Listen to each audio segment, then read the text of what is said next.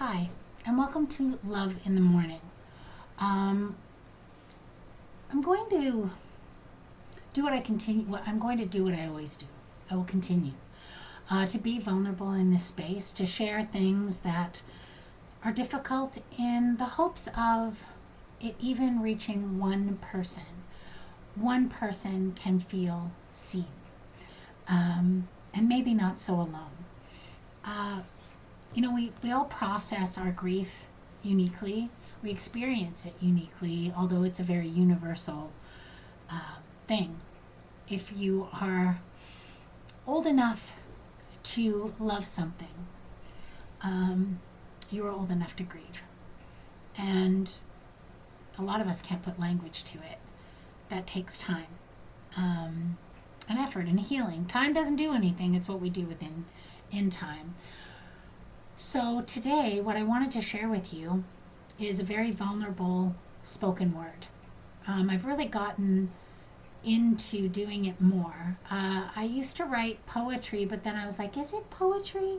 I was judging my poetry, thinking that it doesn't really line up with anyone else's. What style is this? So it's my style, and it may be similar to someone else's style.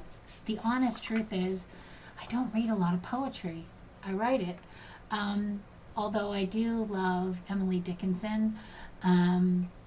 So, without further ado, I want to share with you a very vulnerable piece that I didn't share this moment in time in my book, The Hardest Not the Worst Year, A Widow's Journey. The very first year, I didn't share it because I wasn't ready to. I felt shame, there was regret, there was frustration, there was a real incompleteness to it.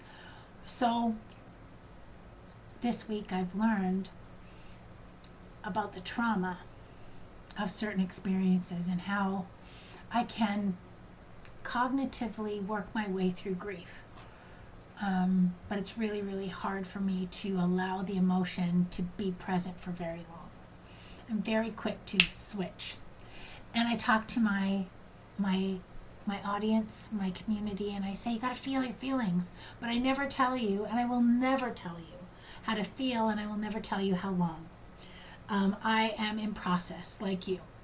Yes, I'm a grief educator. Yes, I'm a grief coach. Yes, I'm an end-of-life doula. But I am a forever learner.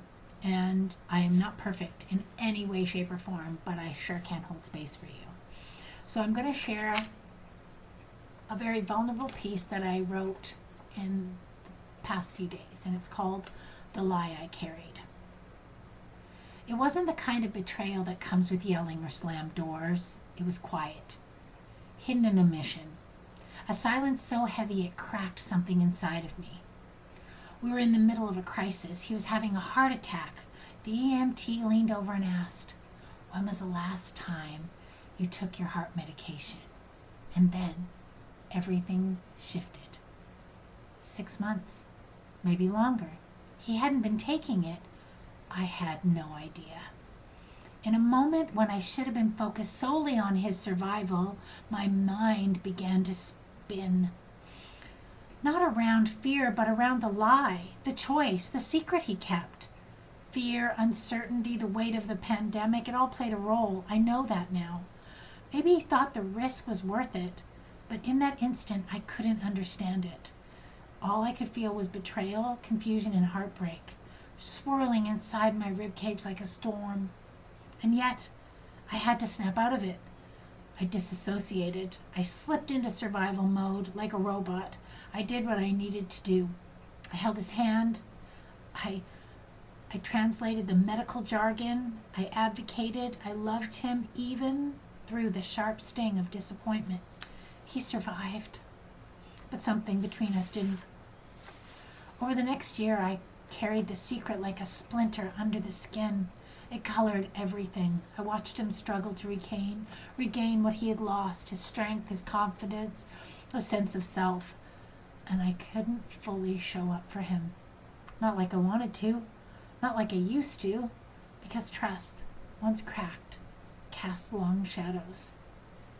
And then came the cancer.